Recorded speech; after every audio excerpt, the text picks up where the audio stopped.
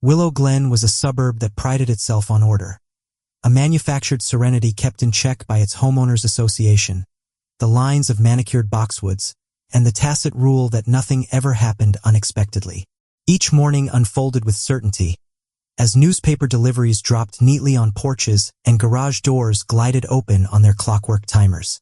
It was a life painstakingly created for comfort, a world as neatly managed as a model home. At the core of this clockwork routine was Karen Atwood, HOA president, self-appointed moral compass, and enforcer of regulations both written and unwritten. Karen's word, for many years, had been Willow Glen law. With her pen poised above intrusive complaint forms and her phone ever near to shoot banned garden gnome images, she patrolled the lanes not as a neighbor, but as a defender of perfection. Her newsletters, usually signed with a flourish, praised the community as a rare gem of civility and safety. For most, her presence was an inconvenience. For some, it was a rallying point for whispered animosity. But beneath the facade of order, tiny stories bubbled in the calm. On Cedar Lane, the Rafiq family cherished evenings spent in their backyard, where their youngest, Samir, cultivated an affection for reptiles. It was an innocent, educational curiosity, his terrarium filled only with green anoles and harmless geckos, housed under glass and properly documented for a grade school science project. Samir's mother, Nadia, monitored his hobby with mild attention, knowing how easily anything unexpected may attract Karen's censorious eyes. Summer arrived, and with it, a mood restless and vibrant. Willow Glen's children flowed out in clusters, exploring gardens and swapping stories of adventure beneath the shadow of old oaks. The willingness to travel, to find, had always existed beneath the HOA's oppressive rules. Life edged gingerly around boundary stones and prohibition signs, searching for pockets of freedom amid manicured rigidity. It was on an unremarkable Thursday that the tight stitching of Willow Glen unraveled. The turmoil began with a shriek, then a flurry of panicked voices. Neighbors appeared, faces pallid, scrambling to rescue pets and usher youngsters indoors. Word rippled down Cedar Lane and out to the main streets. A giant snake was loose somewhere in the area. Speculation was instant and wild. Was it venomous? Had anyone been bitten? The HOA's emergency alert system blasted out warnings, instructing residents to remain inside and report any and all sightings of potentially dangerous reptiles. Karen herself paced the sidewalks, clipboard in hand, her eyes narrowing as she scrutinized each yard, driveway, and gathering of frightened parents. The gossip mill sprang to life. Whispers about a lost ball python became stronger, booming off the stucco facades. Some neighbors seized on familiar tropes. I bet it was the Rafiq boy, he's obsessed with snakes. Old preconceptions surfaced, thinly cloaked behind concern for safety. Samir, perplexed by the sudden suspicion, was kept close to home. Nadia, scared but resolved, browsed social forums for clues and readied herself for the imminent knock on her door. Karen wasted no time. That afternoon, the Rafiq family got an official HOA notice, couched in severe legalese, demanding an immediate declaration of all reptiles and a thorough account of their whereabouts. The message, loaded with insinuation, was met with anger and silent outrage. The others of Willow Glen watched, some with sympathy, some with the relief of being spectators rather than accused. Karen convened an emergency HOA meeting, presenting the snake as a severe threat and insinuating that recent patterns of noncompliance might have led to this disaster. Texts flew between locals, social media posts began to surface, and the local news station sent a van, its reporters hungry for the drama of suburban turmoil. Willow Glen, meant for serenity, suddenly pulsed with tension. Every flowerbed, storm drain, and garden shed was inspected for evidence of serpentine movement. Children were hurried inside, backyard play was interrupted, and concerned parents examined every shadow for something deadly and invisible. Late that night, Karen led a search party along Cedar Lane. Flashlights sliced the darkness, their beams illuminating mulch beds and shrubberies, but finding little more than scared rabbits and a few disgruntled cats. The feeling of control, Karen's greatest comfort, was disappearing.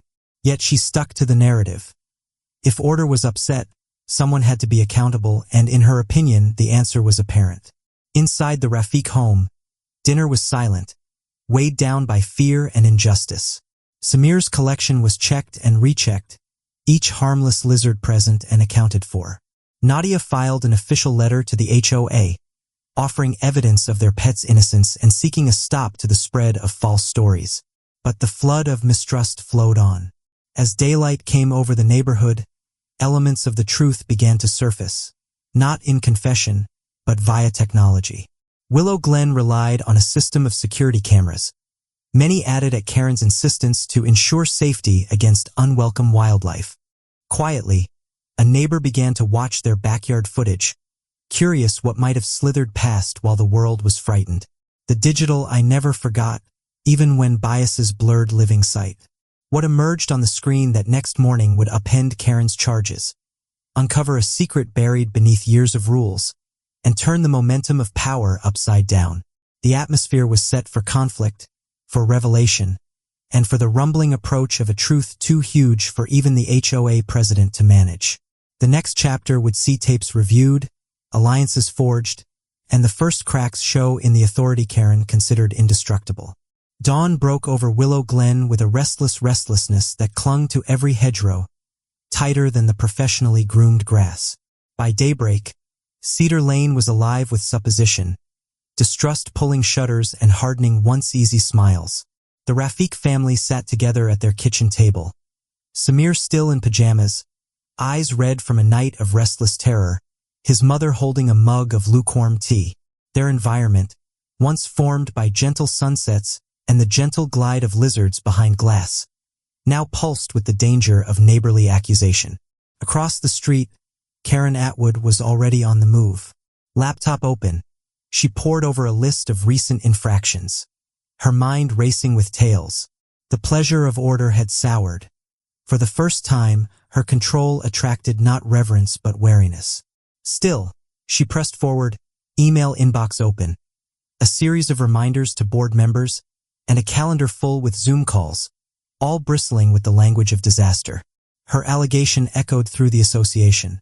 The Rafiqs were at the center of the storm, and order would only return when the supposed culprit was located and held accountable. Yet, as terror spread, pockets of quiet resistance formed. Behind closed shades and quietly locked doors, neighbors exchanged frightened texts. "Do you think Samir really did it? He's such a sweet kid. I can't believe it." Some wondered privately if Karen's tactics had crossed a line, her campaign beginning to feel less like community protection and more like a witch hunt. It was in this nervous moment that truth began to glimmer from the borders. Mr. Parker, who lived 2 doors down, was the first to intervene. Quiet, he was renowned for his passion for classic cinema and the immaculately tended flowers bordering his porch, not for gossip. But Parker, like half the block, had a security camera installed, one of the many advocated by the HOA in their persistent pursuit of safety. Most footage went unwatched, but something about the mayhem called him back to his digital archive. Flickering through late-night timestamps, he paused on an unexpected movement. A thick, muscular figure looping smoothly around his fence, scales glittering in the motion-triggered illumination. He replayed the footage and, shocked, brought in his wife. Together, their cheeks devoid of color, they stared as the shadow of the snake passed from their yard, moving with unfamiliar confidence, slow but determined, toward Karen Atwood's fence. Parker's breath caught. The snake squeezed between 2 slats, pausing only briefly before slipping beneath a patch of hydrangea directly next to Karen's garage. On the tape, the home was black, but for a glimpse of movement behind Karen's own window, the curtain swinging back, a pale face framed in the glass, a palm placed against the pane as if seeking for something lost. A deep and immediate uneasiness settled over the Parkers. Mr. Parker, seized with uncertainty, copied the footage on a flash drive. Should he keep it quiet or go public? Who, in a world motivated not by fairness but by fear, could he trust with the truth? Meanwhile, online conjecture had reached a fever pitch. Comment threads filled with crazy theories, some blaming Samir without a second thought, others posing hard questions about who would benefit from such a perfect scapegoat. Samir's mother, pinched by the pressure and isolation, sat down with Nadia and wrote a detailed post in the community Facebook group. A timeline, photos of every harmless reptile, appeals to empathy, and a demand that the HOA address the danger of jumping to conclusions before there was any hard evidence. The post drew dozens of supportive responses, even a handful from neighbors who had never before dared dispute Karen's authority in public. That afternoon, word reached Nadia that Mr. Parker wanted to speak privately. Nervous and hopeful, she arrived at his porch, where the roses perfumed the air and the silence was sharper than she remembered. Parker recounted what he'd seen and showed her the footage, his hands quivering as he fast-forwarded to the vital moment. Nadia waited, tight-jawed, as proof flickered on the screen. The snake's journey, the slide beneath Karen's fence, and the gleam of a terrarium in Karen's garage's glass.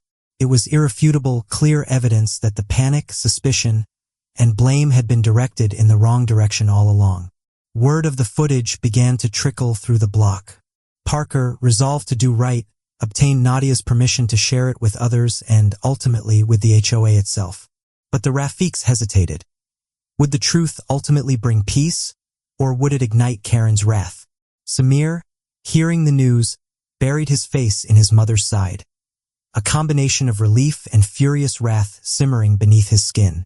But time was not on their side. Karen, feeling something was shifting, upped her campaign. New leaflets appeared, calling for a special emergency meeting with attendance required for all households, and sanctions promised for no-shows. She kindled the flames of terror in every household, the narrative deviating from pet safety to societal morality. For the first time, though, holes surfaced in her support. One board member, a lifelong friend of the Rafiqs, discreetly quit, penning a note that called for fairness and transparency. Several neighbors secretly offered support for the Rafiqs in internet communities that Karen could not easily regulate. On the day of the emergency meeting, homes gathered under the harsh lights of the community center, faces drawn by fear and curiosity. Karen called the meeting to order, standing hard in her blue skirt suit, clutching her clipboard like a shield. Her charge against the Rafiq youngster was delivered with studied gravity, a performance of authority. But when Mr. Parker slid the flash drive to the AV tech and demanded the community's attention, the room's attitude transformed. The screen flickered, the footage played, and Willow Glen bore witness to the moment the fear began. A snake, alive and well, crawling not from the Rafiq home, but in the direction of Karen's own garage. Conversation paused, then murmurs spiraled out. Backs straightened, arms crossed, and eyes squinted in awareness and disbelief. For a heartbeat, Karen trembled, her voice trembling, eyes darting over the incriminating timeline.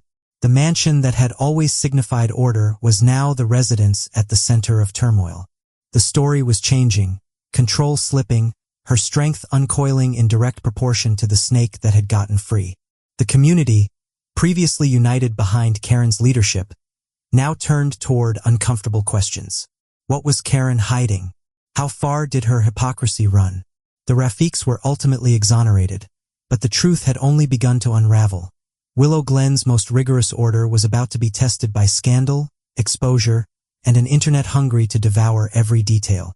Chapter 3 would bring global intrigue, viral headlines, the implosion of Karen's narrative, and the first glimmers of justice for a family wrongly accused.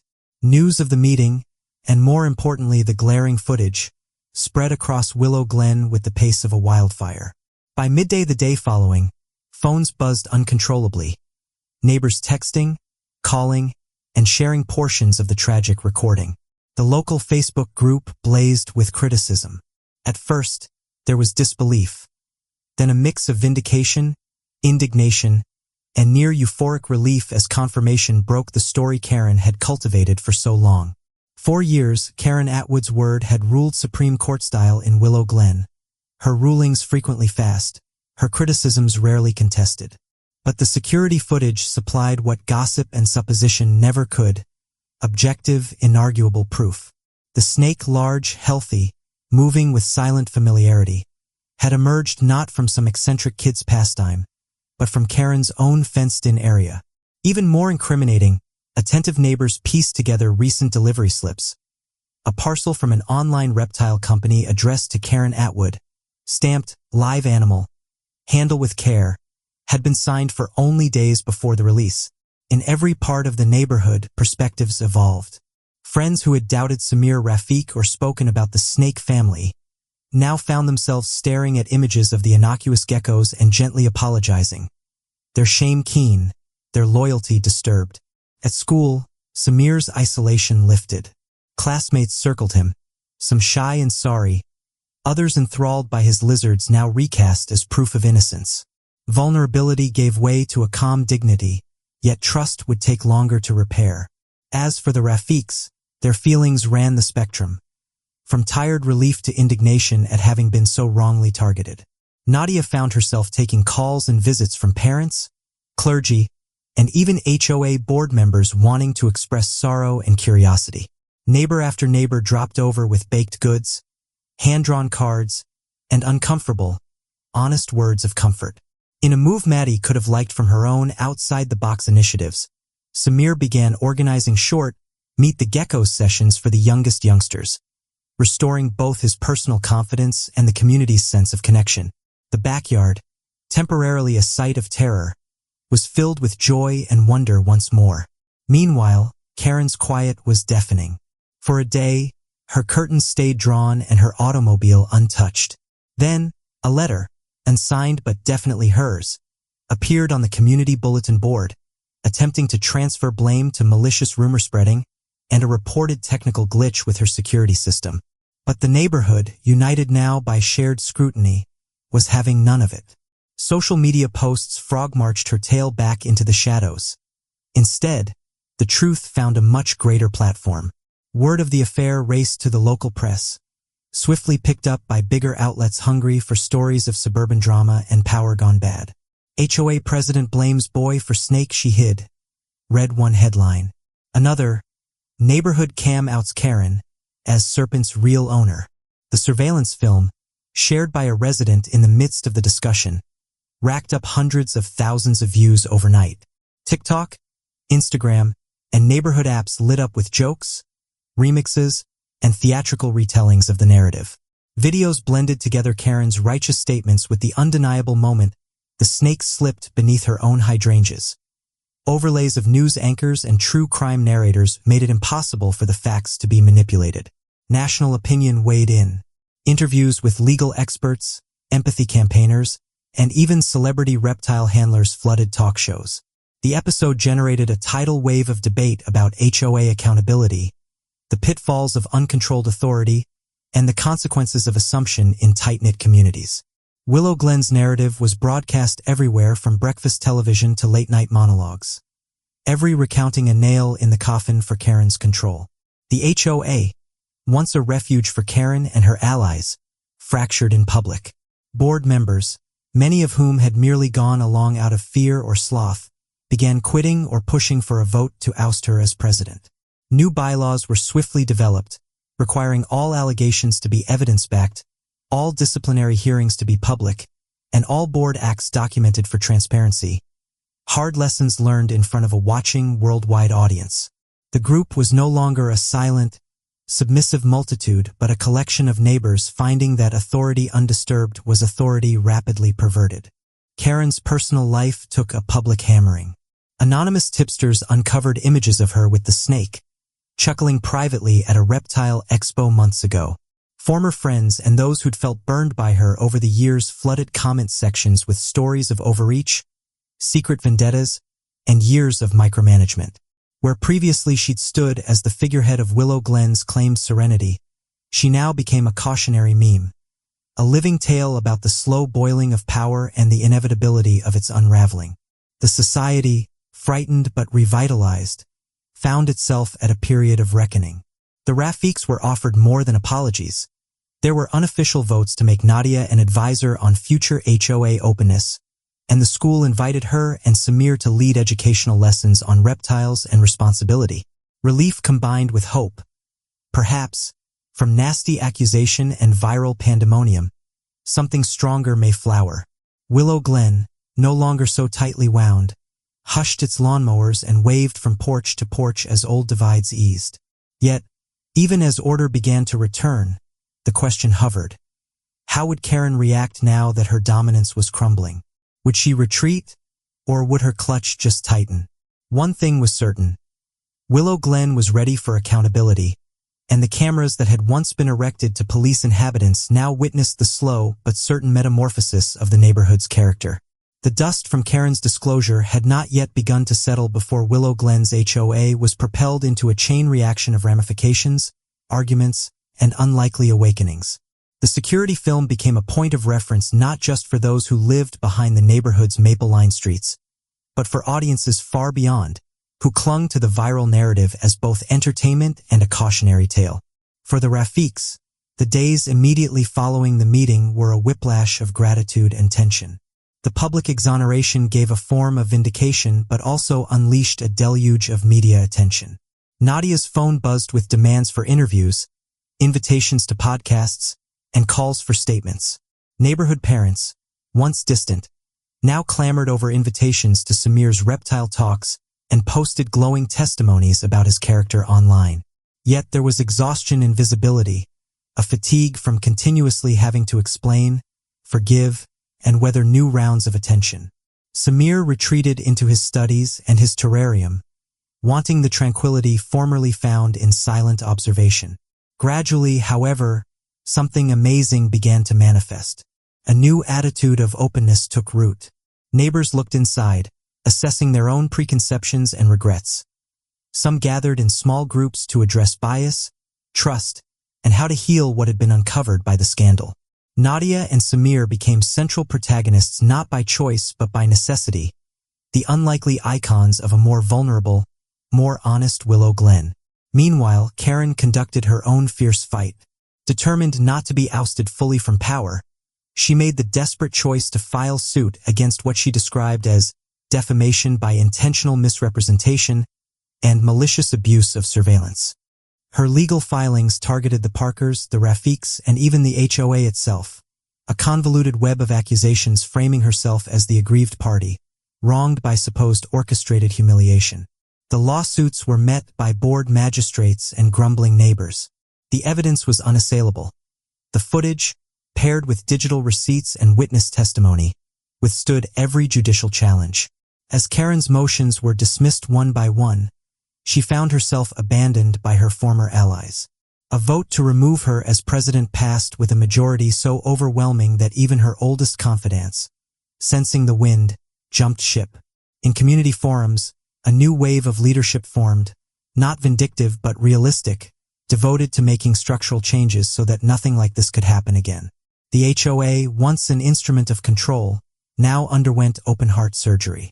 New bylaws were drafted in public sessions, streamed online with the opportunity for every household, every voice, every background to contribute and challenge. The Rafiqs and Parkers were awarded roles on new transparency committees. Provisions were put in place for third-party mediators, evidence-based inquiries, and constraints on the president's authority. The use of surveillance cameras was restricted not for policing differences, but for actual unusual situations, overseen by community vote and annual privacy reviews. National publications praised the resurgence, peppering their coverage with stories of redemption and the imperative of responsibility in local government. Neighborhoods around the country reached out for advice: how to spot growing overreach, how to develop association cultures built on justice and communication, and how to utilize crises as chances for transformation. For Willow Glen, the process was healing but not simple.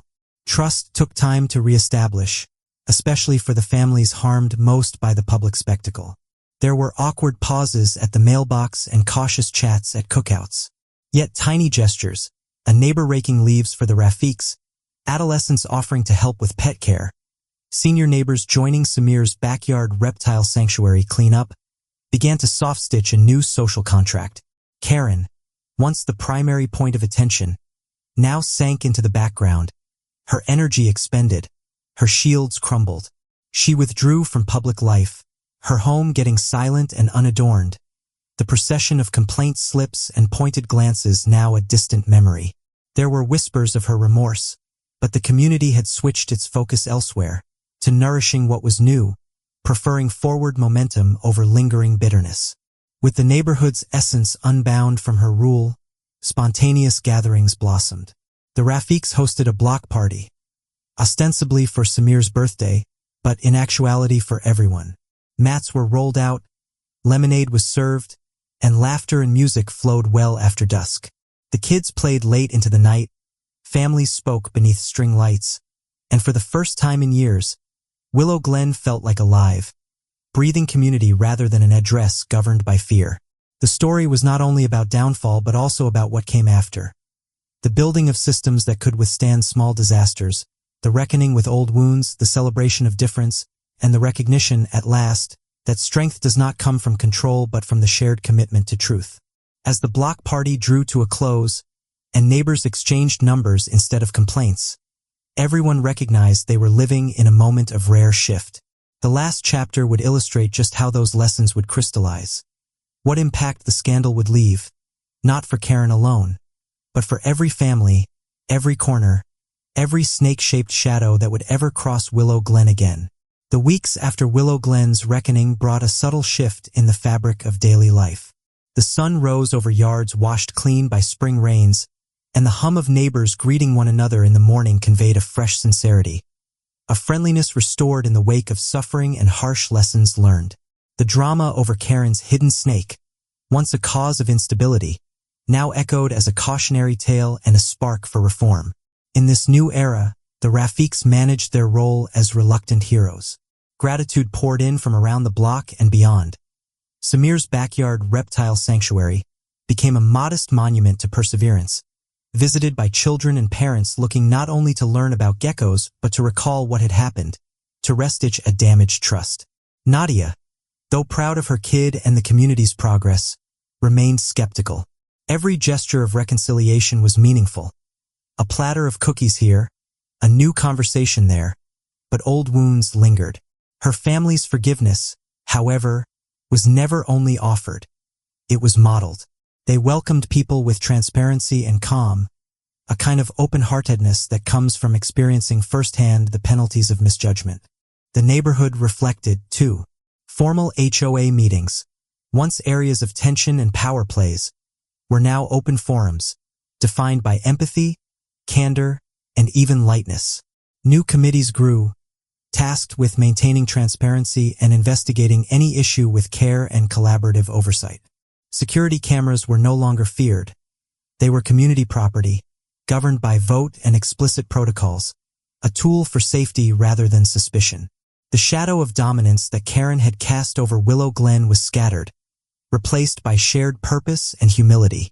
Karen herself stepped away, her days spent in peace, her influence faded into oblivion.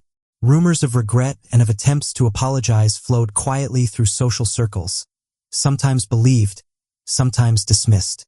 Some called for healing, others for accountability, but the block's attention had mostly moved onward, to self-repair, to progress, to forging new rituals that recognized their tragedy but did not allow it to define them.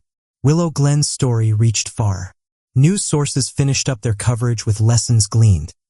The significance of proof over assumption, the necessity of humility in leadership, and the beauty of communal resilience. A wave of similar reforms surged across HOAs in faraway towns, impressed by what the block had accomplished. National podcasts rebroadcast the tape, not as a scandal, but as a celebration of truth gained through community vigilance and fortitude. The term, "Don't let a Karen call the shots," became a global shorthand for communities everywhere seeking a more humane way of living together. For Samir and the other children, what should have been a lifelong hurt became instead a source of quiet pride. School initiatives focused on empathy and trust. Children were encouraged to share stories of overcoming misunderstanding. The tragic incident altered friendships, formed bridges between families, and redefined maturity for neighbors who recognized control was a poor substitute for genuine connection. Spring gave way to summer, bringing not just longer days but subtle changes. Joint cookouts beside the Rafiq yard, games that overflowed over fences, and music wafting from windows late into the night. Willow Glen found its heart again. Some traditions were new, a neighborhood storytelling night and a truth walk down the block when families recounted lessons learned, vows made, and objectives set for a more loving future. What stayed, most of all, was the notion that truth must be maintained by all. Authority needed watching, not fearing. Differences demanded interest, not judgment. The HOA's bylaws would change as the community itself did. Stronger now, gentler. Its future anchored not in the demands of one person's power, but in the continual practice of shared respect. In this final act, the sun set over Willow Glen in a soft flame. The sound of youngsters laughing combined with a low buzz of conversation. The aroma of barbecue and fresh-cut grass wafted through the air. Shadows deepened but no longer contained threats. Only memories and the promise that whenever dread reappeared, it might be faced by the courage of neighbors determined to face the truth together. Willow Glen was forever changed, not by scandal alone, but by the desire of ordinary people to anchor their community in openness, empathy, and the notion that forgiveness need not forget but would always look toward new beginnings.